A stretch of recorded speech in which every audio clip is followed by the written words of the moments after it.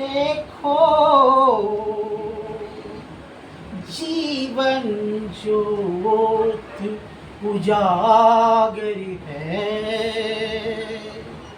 सत्यम शिवम सुंदरम। किसने लिखा है? पंडु कोरक से।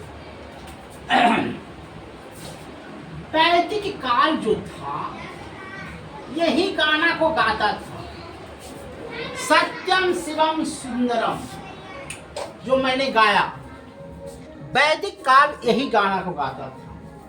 और वैदिक जो काल था उसको दो भागों में बताया गया था। एक भाग था ऋग वैदिक काल और दूसरा था उत्तर वैदिक काल है। तो ऋग वैदिक काल जो था 1000 से 600 वर्ष तक था। और ये 600 वर्ष से मैंने लगभग में 100 वर्ष तक था, यही सब था।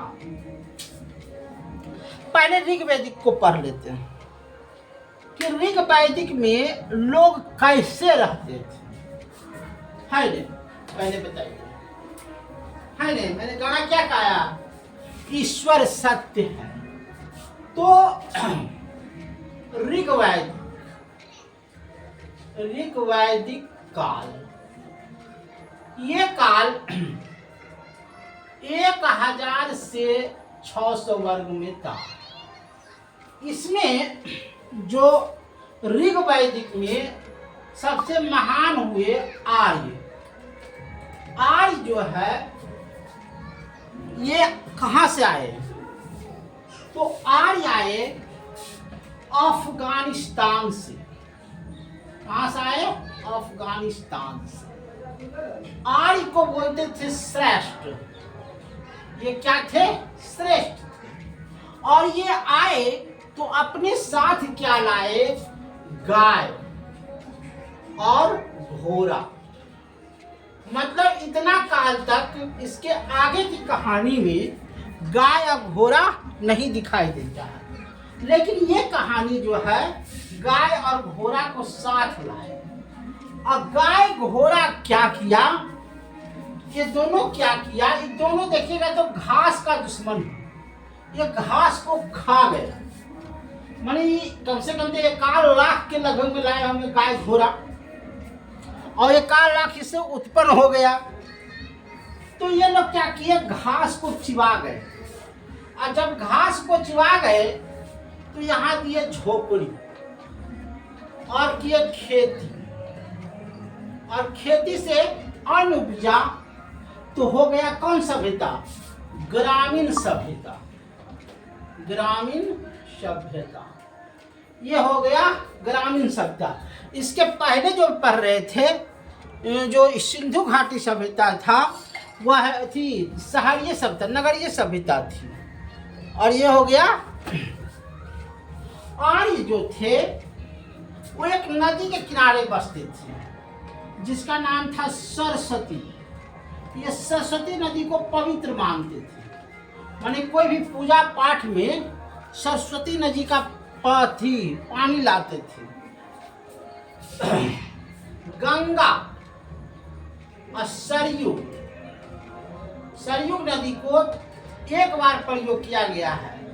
माने ऋग्वेद में एक बार प्रयोग किया गया है, और जबकि यमुना को 3 बार प्रयोग किया गया है पूरे ऋग वैदिक काल में।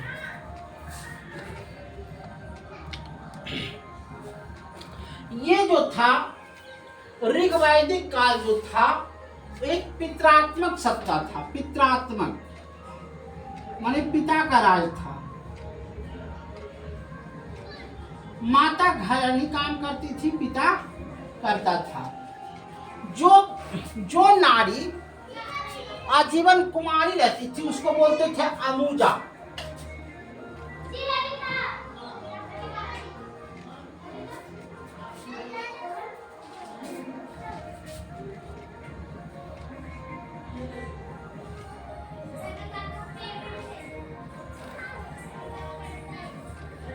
विष को राष्ट्र बोलते थे,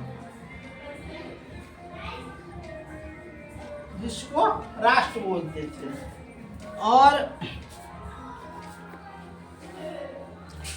गोप को संपत्ति बोलते थे।